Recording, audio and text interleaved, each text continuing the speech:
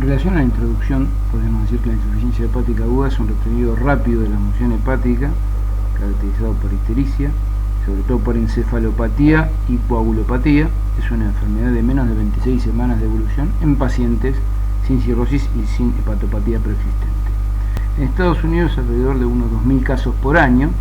Dentro de las causas más comunes se encuentran las drogas, como el paracetamol, acetaminofén, la hepatitis de etiología viral, hepatitis autoinmune, el shock, y un 20% que se desconoce la causa. Es más común en mujeres jóvenes, teniendo una alta morbilidad y mortalidad. Antes del trasplante había un 15% de supervivencia.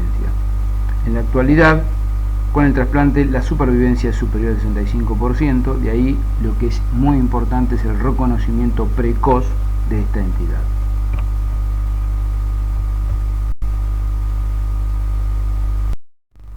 Desde el punto de vista de la definición, ten en cuenta que en el año 70 se definía como una condición devastadora, potencialmente reversible, consecuencia de una necrosis hepática masiva que está caracterizada por la aparición de encefalopatía hepática dentro de las primeras 8 semanas, después de los primeros síntomas, en ausencia de enfermedad hepática previa.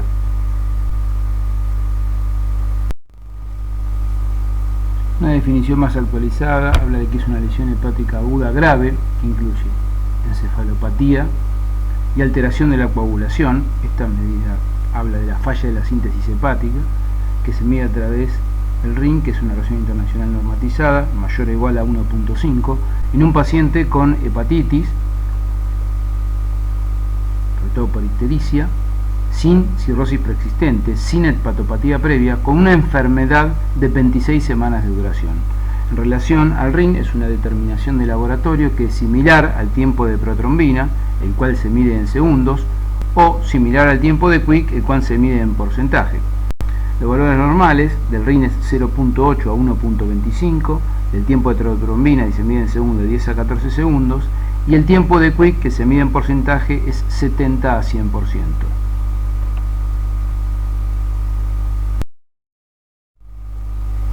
En relación a la definición, para diferenciar de aguda sobre crónica, lo más importante es el curso temporal, que la diferencia entre aguda y crónica es que es una enfermedad que se desarrolla en menos de 26 semanas.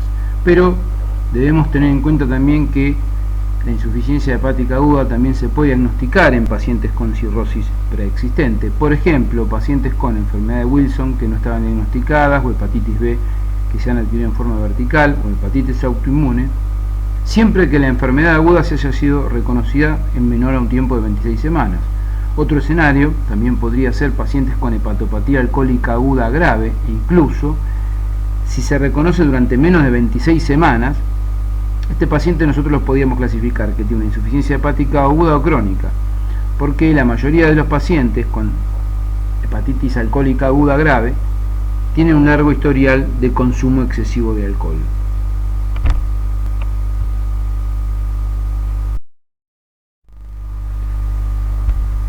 Vinculado a la clasificación evolutiva de la enfermedad, hay varios autores que la han definido de diferentes formas, teniendo en cuenta la evolución desde que comienza la ictericia hasta que aparece la encefalopatía. La más utilizada es la de Gredi y colaboradores, donde habla de una forma hiperaguda, es decir, una enfermedad que se desarrolla entre 0 y 7 días, una aguda en 8 y 28 días, una subaguda entre 29 y 72 días y una tardía o subfulminante entre 2 y 6 meses. La mayoría de las definiciones de la clasificación evolutiva tienen en cuenta que sí o sí son 6 meses de enfermedad. Cuando superan los 6 meses de enfermedad se habla de enfermedad crónica y no aguda. Es muy importante tener en cuenta esta imagen, la relación entre un paciente que ingresa con una hepatitis aguda, donde el Quick, tiempo de protrombina, es mayor a un 50%, la mortalidad es de un 0%. Si el paciente tiene una forma de hepatitis aguda grave y un Quick va entre un 20 y un 50%, la mortalidad es de un 10%, y en el caso de hepatitis aguda fulminante o subfulminante, la presencia de insuficiencia hepática aguda, donde el paciente va a tener encefalopatía hepática y una disminución del Quick importante, la mortalidad es de un 80%.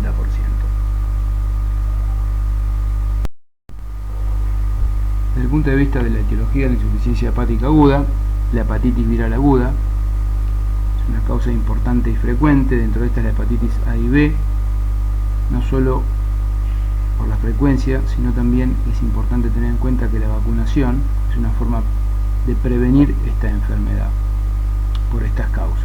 También está hepatitis delta, hepatitis por herpes simple, por citomegalovirus, por virus del Epstein-Barr y otros virus. Otra etiología, otro grupo son las drogas. Muchas drogas lo pueden producir, como veremos a continuación. Entre ellas destaco el paracetamol, porque es una droga de venta libre y es una de las causantes más comunes de insuficiencia hepática aguda. También entre las drogas son las tetraciclinas, que son antibióticos, la isoniazida, son tuberculostáticos, y el lotano y derivados, que son anestésicos, antiinflamatorios no esteroideos, antitiroideos y otras drogas. Es importante tener en cuenta que hay un 20% que se desconoce la causa, que es la causa criptogénica. Otras causas son la esteatosis microvesicular, el embarazo, el síndrome de Reye. Hay causas de origen vascular, como la hepatitis isquémica, el caso del shock o el síndrome de Chiari, que es la función de la suprahepática. La hepatitis autoinmune, que en Argentina es un 20% de los casos de insuficiencia hepática aguda. También otras enfermedades hereditarias y por depósito, como la enfermedad de Wilson, la invasión tumoral masiva de hepática. Tóxicos, también forman un grupo que es alrededor de un 10%, que puede ser tóxico, puede ser como el fósforo blanco, toxinas de origen vegetal, hongos como setas, como el grupo de la manita faloides, la cocaína y el éxtasis.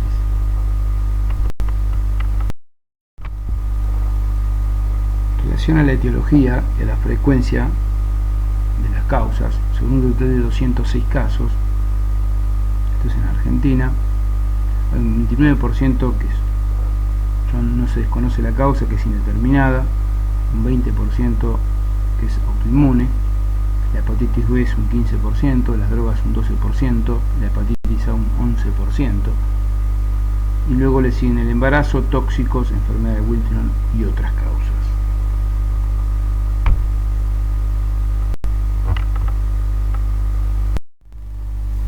En este gráfico que podemos ver es la evolución de la sobrevida de pacientes con insuficiencia hepática aguda grave según las causas, en alrededor de 25 años.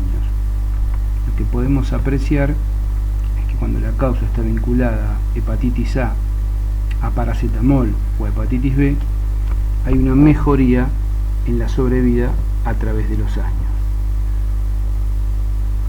La situación es totalmente diferente cuando la causa está vinculada a drogas diferentes del paracetamol, donde la sobrevida se mantiene constante durante todos estos años, siendo esta menor a un 10%, y cuando la causa de la insuficiencia hepática aguda es desconocida, la sobrevida prácticamente es menor a un 5% y también se mantiene constante durante los 20 años de evaluación.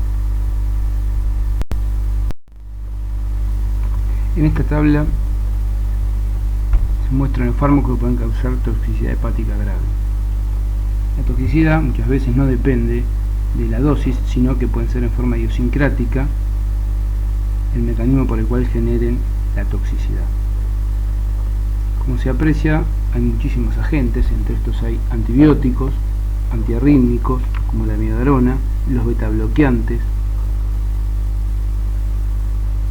hay analgésicos no esteroideos como el diclofenac, medicamentos antitiroideos, medicamentos antiparkinsonianos, y hay que tener en cuenta que la combinación de estos agentes puede potenciar la toxicidad entre los mismos.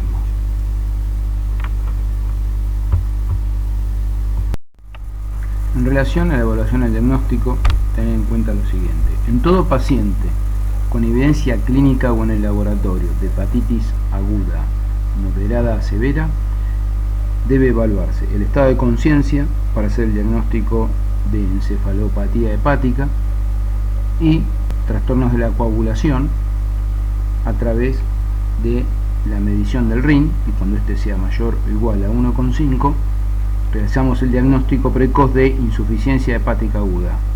Ese paciente debe ser internado en una unidad de terapia intensiva y solicitar la derivación a un centro de trasplante hepático.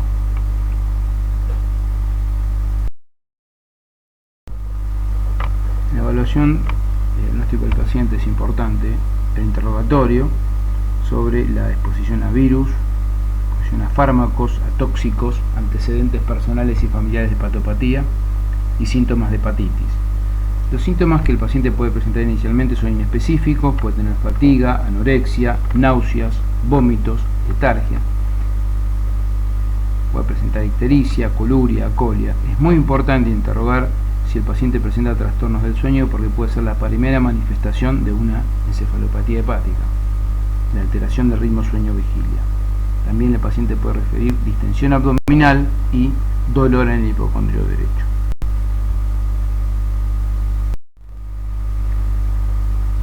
En el examen físico podemos encontrar ictericia, signos de encefalopatía hepática,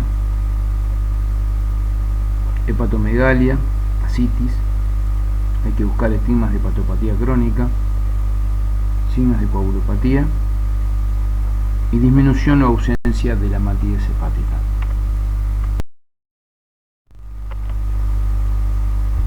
La encefalopatía hepática es un síndrome neuropsiquiátrico que se produce por acumulación de sustancias nitrogenadas no metabolizadas en el hígado, por insuficiencia hepatocelular y o por shunt cortosistémicos.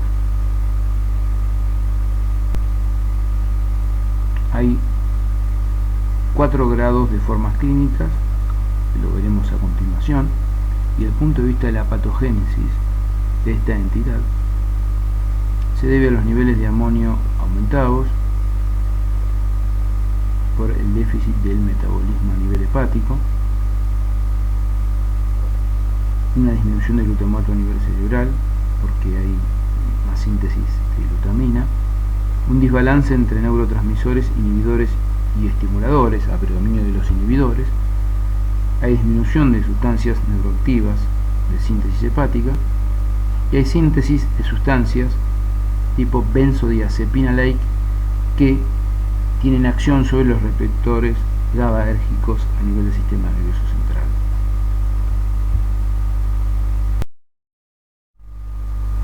Estos son los estadios de la encefalopatía hepática. En el estado mental, en el estadio 1, el paciente puede tener euforia, depresión, confusión, trastornos del sueño, alteración del ritmo sueño-vigilia, puede presentar verborragia, la asterixia está presente o puede estar ausente y el electroencefalograma es normal. En el estadio 2, el paciente está con mayor confusión, con asterixis positiva y ondas bifásicas y un electroencefalograma normal. En el estadio 3 ya se presenta con confusión severa, el paciente está dormido, aunque se le puede despertar ante estímulos importantes, la asterixia está presente y hay ondas trifásicas. En el estadio 4, el paciente habitualmente está en coma o puede tener una respuesta inicial mínima a los estímulos dolorosos. La asterixis generalmente está ausente y la actividad delta es lo que se ve en el electroencefalograma, es decir, el electroencefalograma es anormal. ¿Qué es la asterixis? La asterixis es la incapacidad para mantener una contracción muscular voluntaria, es decir, una postura, produciéndose movimientos involuntarios espasmódicos que pueden ocurrir en las manos, que es el flapping, cuando se produce la flexión dorsal de la muñeca, como se ve en la figura. También la asterixis puede evaluarse en la lengua y en la cadera. La causa es un compromiso del sistema reticular ascendente por acción de sustancias tóxicas como el amonio, y como otras causas de asterixis pueden ser la hipercapnia, la insuficiencia cardíaca, renal, la hipoglucemia y las intoxicaciones.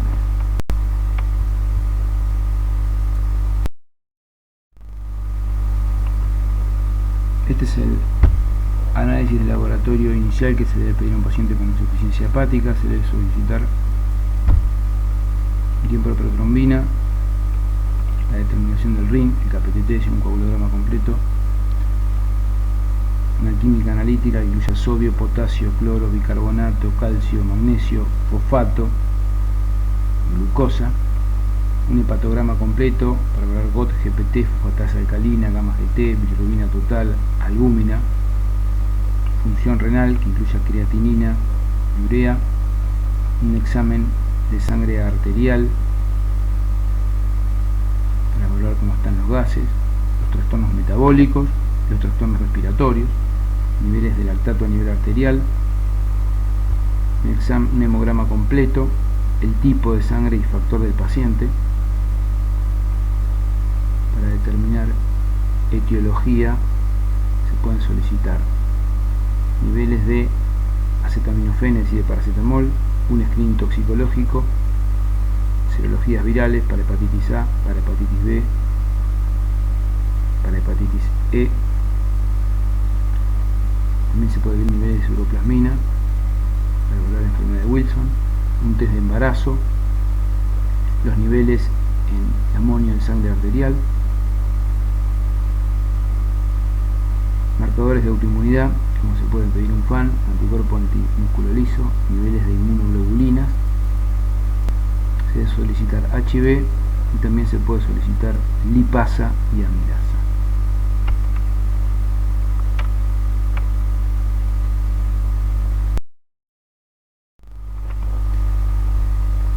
En relación al laboratorio, ten en cuenta que el QUIC menos del 40%, un ritmo de 1,5 se utiliza para el diagnóstico. Esto se da un descenso de los factores de la coagulación, que también se pueden solicitar, los K dependientes, el 2, el 7, el 9 y el 10. El factor 5, el fibrinógeno, todos hablan de síntesis hepática. En relación al aumento de las transaminasas, el valor nos puede orientar hacia algunas etiologías, por ejemplo, cuando son mayores a 1000, pueden estar vinculadas a etiologías virales, la intoxicación por dióxido de carbono o isquemia, y cuando es menos de 300, por ejemplo, se puede dar un síndrome de Chiari y enfermedad de Wilson en la estetosis aguda del embarazo. Esto es solo orientativo. La hiperbilinemia total es apredominio conjugada. Es muy importante tener en cuenta la evaluación de la hipoglucemia, ya que un 40% de los pacientes los tienen y, como dijimos, es un valor pronóstico importante.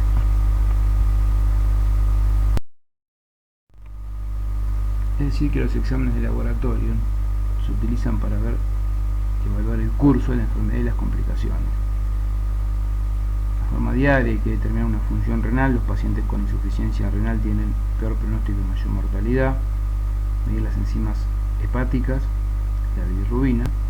Tener en cuenta que una disminución de los niveles de GOT o de GPT, es decir, de la enzima necrosis, pueden estar vinculados o a una recuperación espontánea de la entidad o a un empeoramiento de la insuficiencia hepática por una pérdida mayor de masa hepatocitaria. Es importante medir 3 o 4 veces por día la coagulación, el hemograma, la glucemia, los gases en sangre, los niveles de sodio y potasio, de magnesio y fósforo, por las complicaciones metabólicas que presentan los pacientes y para tomar una conducta terapéutica. Tener en cuenta que una mejoría del RIN, es decir, una mejoría de la coagulación, una disminución, es muy importante para el pronóstico.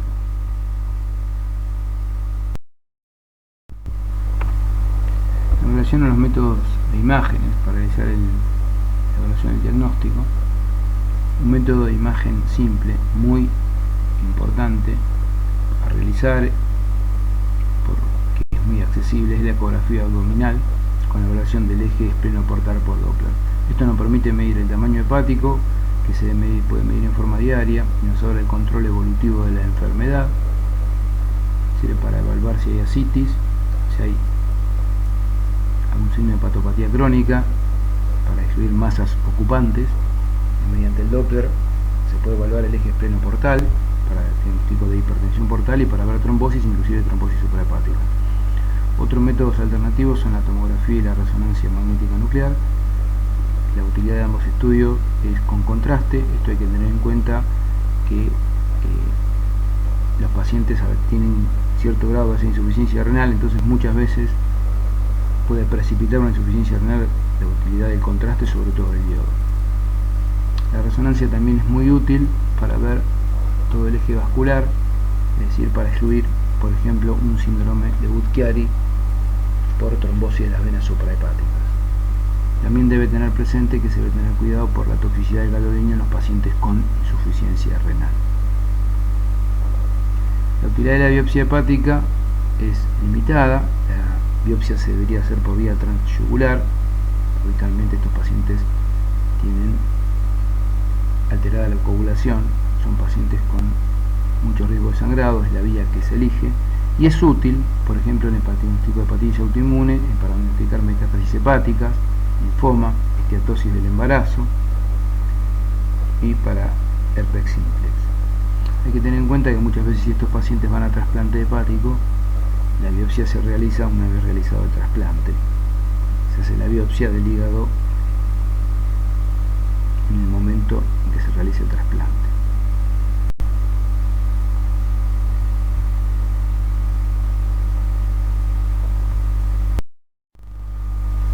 ¿Cuáles son las complicaciones de la insuficiencia hepática aguda?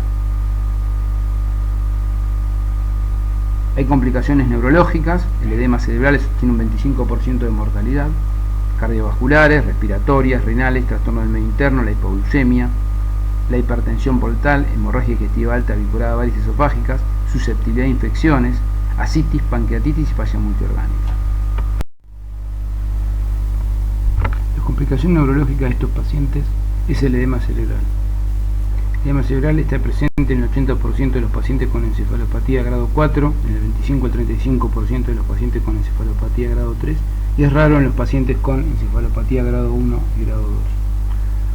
Junto con la sepsis es la principal causa de muerte.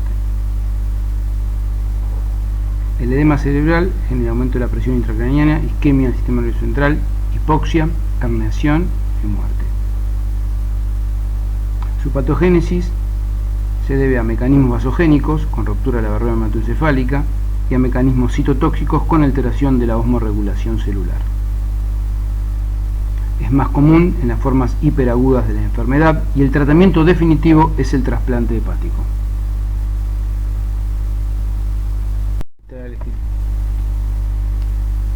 La clínica del edema cerebral se caracteriza por hipertensión arterial y bradicardia. Esto asociado a trastornos respiratorios se denomina tríada de Cushing. Además, pueden presentar mioclonía, convulsiones, rigidez de descerebración, alteración de los reflejos pupilares. Tener presente que en etapas tempranas los signos y síntomas pueden faltar. Desde el punto de vista del terapéutico, esto se lleva a cabo obviamente en una unidad de terapia intensiva, pero a manera de concepto recordar que para tratar el edema cerebral había que monitorizar la presión intracraniana, que esto se hace por catéteres, que pueden ser subdurales, epidurales, intraventriculares o intraparenquimatosos, y lo que hay que evaluar es la presión de perfusión cerebral, que es una diferencia entre la tensión arterial media y la presión intracerebral. Hay formas para prevenir el aumento de la presión intracerebral, que es sitios donde el paciente esté sin estímulo, disminuir la agitación mínima del paciente, se puede elevar la cabecera de la cama. Estos pacientes hay que mantener muy límite el equilibrio de los líquidos y administrar solución salina hipertónica para generar hipernatremia hasta de 150 miliequivalentes. Y el tratamiento, los objetivos terapéuticos del edema cerebral es que disminuya la presión intracraniana a menos de 20-25 y una presión de perfusión cerebral mayor a 50-60 milímetros de mercurio. Para esto se pueden usar drogas hiperosmolares como el manitol, que es transitorio y eficaz el efecto, la hiperventilación, que se logra con la ventilación mecánica, que también es transitorio, porque la hiperventilación, la disminución de CO2 genera vasoconstricción cerebral y disminución de la presión intracraniana. También se pueden utilizar los barbitúricos, induciendo un coma barbitúrico, como el tiopental, y hay trabajos experimentales con inducción de hipotermia para disminuir el edema cerebral. El tratamiento efectivo de esto es el trasplante de hígado. Tener en cuenta también que muchas veces la elevación descontrolada de la presión intracraniana es una contraindicación para el trasplante hepático.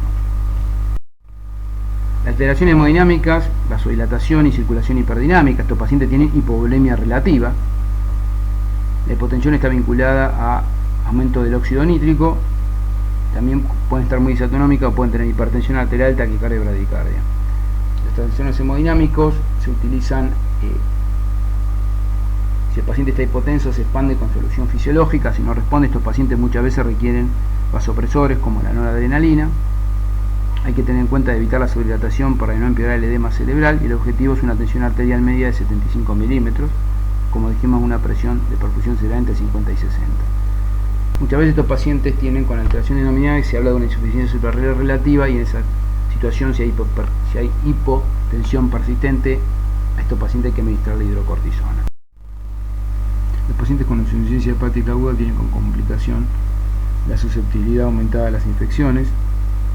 El riesgo se incrementa con los días de internación y es la principal causa de muerte tardía. La etiología etiología más frecuente es la etiología bacteriana. También hay que tener en cuenta a la etiología fúngica como otra alternativa. Los focos más comunes de infección son el foco respiratorio, el foco urinario, la citis, es decir, la peritonitis bacteriana espontánea, y muchas veces se hacen bacterianas espontáneas sin foco claro. Tener presente que a veces el único dato de que un paciente con insuficiencia hepática está infectado es el empeoramiento de la encefalopatía hepática y el empeoramiento de la función renal. Frecuentemente estos pacientes no presentan fiebre y no tienen leucocitosis. El tratamiento son antibióticos de amplio espectro que deben ser indicados si el paciente presenta infección, es decir, si se puede objetivar la infección. Los antibióticos en forma profiláctica no están indicados en esta situación.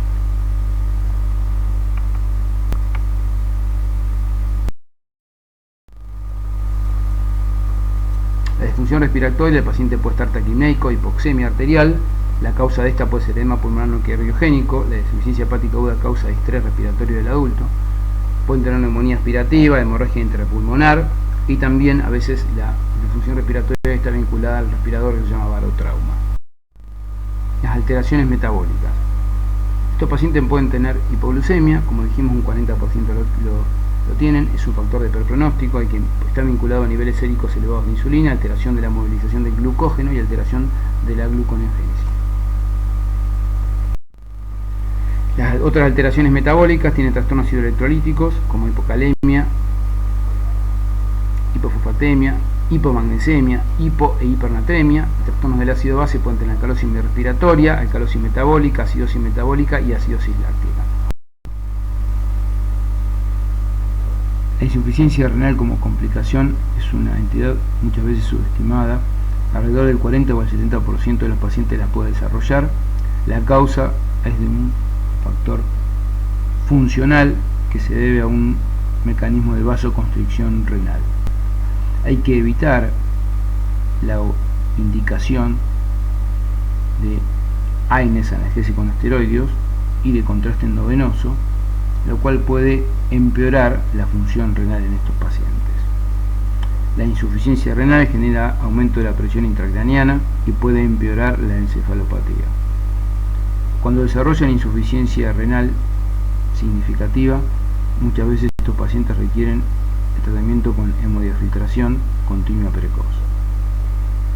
Si la insuficiencia renal es grave, la mortalidad puede ser cercana al 100%.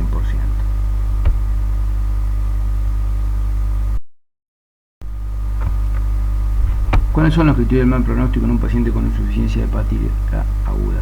Los criterios de mal pronósticos son cuando la edad es menor a 10 años o mayor a los 40 años, insuficiencia hepática aguda secundaria a fármacos, no paracetamol, a virus, no hepatitis A, no hepatitis B, secundaria a enfermedad de Wilson, pacientes con encefalopatía grado 4, pacientes con complicaciones sistémicas como insuficiencia renal, como la hipoglucemia, paciente con encefalopatía persistente más allá de los 7 días, con un tiempo de protrombina menor a un 20%, con una bilirrubina sérica mayor a 18 mg por decilitro, con desaparición de las hematíes hepáticas en los primeros 4 días de evolución de la enfermedad.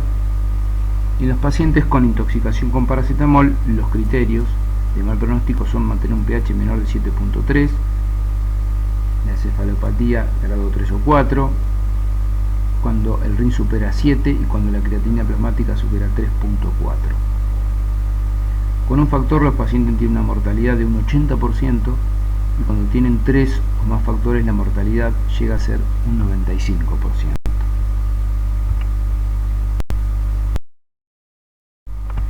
En relación a la hepatitis fulminante en adultos, tener en cuenta que la máxima prevalencia entre los 20 y los 40 años es 50%, que la predominancia es el sexo femenino, un 70%, que las formas indeterminadas pueden llegar hasta un 30%, que la hepatitis autoinmune es una causa frecuente, puede ser un 20%, que la variante clínica aguda, que es la que ocurre entre 7 y 28 días, es el 51% de los casos, y que la sobrevida sin trasplante fue solo el 22%. Estos son datos de nuestro país.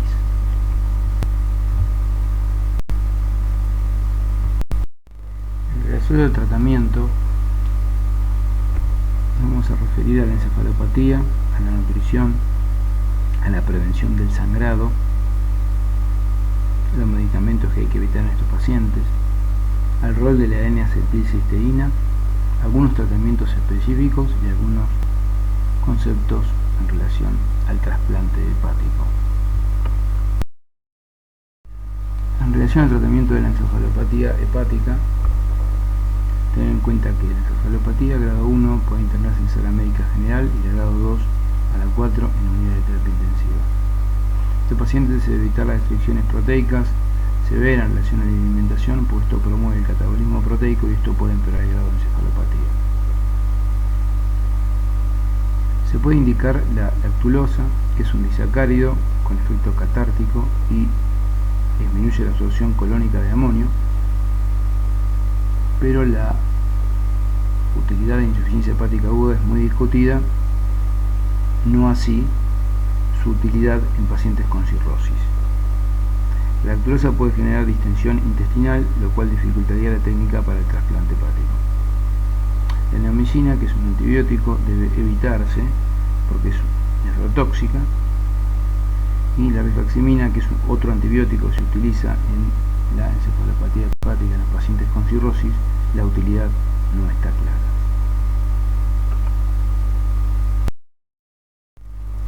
En relación a la prevención del sangrado, estos pacientes presentan una coagulopatía grave y mucha susceptibilidad al sangrado por falla en la síntesis de factores de la coagulación. No está indicado administrar de forma profiláctica plasma fresco congelado, porque esto puede interferir con pruebas de función hepática que puede llevar a una sobrecarga de líquidos. Sí está indicado dar profilaxis de úlceras de estrés con bloqueadores H2, es decir, como la ranitidina, o inhibidores de la bomba de protones como el omeprazol, para disminuir el riesgo de hemorragia digestiva alta por úlcera.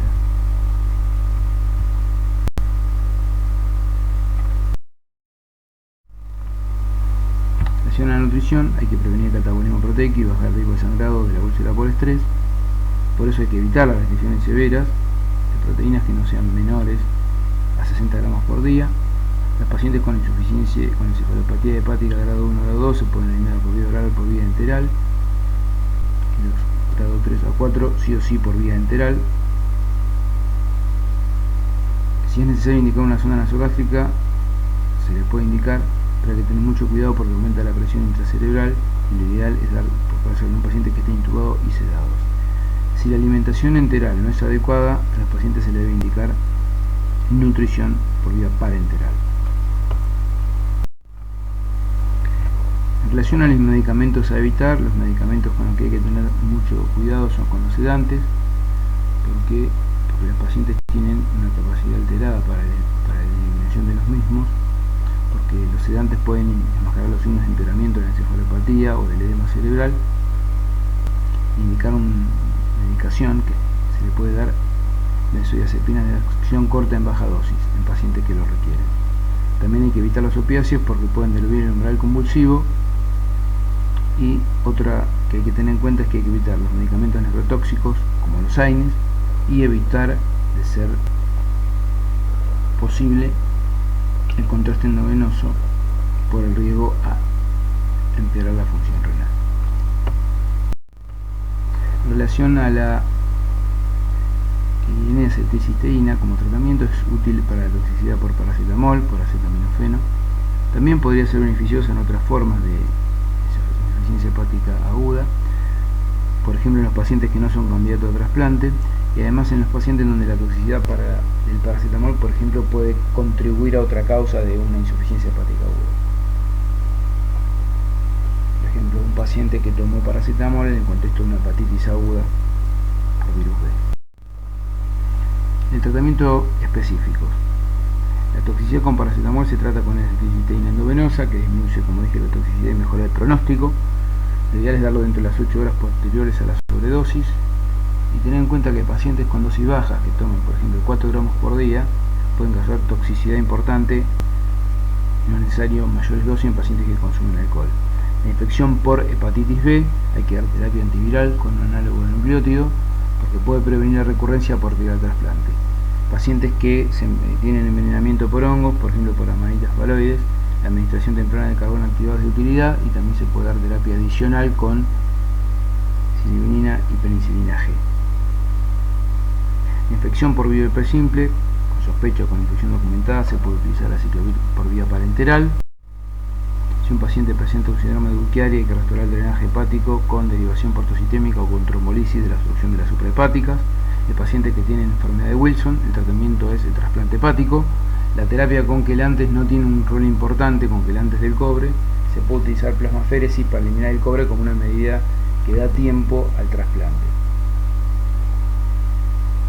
como una medida puente. La hepatitis autoinmune, los corticoides podían prevenir la necesidad de trasplante. Esto es discutido, hay que tener cuidado porque estos pacientes tienen susceptibilidad a infecciones y a la sepsis, pero la sugerencia de cuando un paciente sí tiene hepatitis autoinmune es indicarlos y ver la evolución del paciente. La herida de abrazo agudo del embarazo no hay un tratamiento médico específico, sino que el tratamiento es el trasplante inmediato, el parto inmediato, perdón. Cuando se desconoce la causa subyacente se puede utilizar N-acetilcisteína, que podría ser beneficiosa, inclusive sin insuficiencias agudas que no sean causadas por paracetamol. En relación al trasplante hepático, es importante diferenciar entre pacientes que se benefician de los que se recuperan espontáneamente. Habitualmente los que se recuperan espontáneamente pueden llegar a un 40%, pero tienen una mortalidad importante esos pacientes. La recuperación espontánea es más probable en pacientes con grados más bajos de encefalopatía hepática. Si los que tienen un grado 1 o 2 se pueden recuperar un 60 o un 70%, los que tienen un grado 3 un 40 o un 50%, y los grado 4 menos de un 20%. Tener en cuenta que hay que optimizar la asignación de los órganos y evitar la inmunosupresión de por vida. La insuficiencia hepática aguda es prioridad en la lista de trasplante en Europa, en Estados Unidos y aquí en Argentina. La supervivencia al año después del trasplante es de alrededor de un 80%, y también hay que tener en cuenta cuáles son las contraindicaciones, es decir, evaluar bien la situación, por ejemplo, la enfermedad cardiopulmonar grave, la malignidad, un paciente tiene un cáncer maligno fuera del hígado, y los pacientes con trastornos psiquiátricos. Esto pueden ser ciertas contraindicaciones para el trasplante hepático.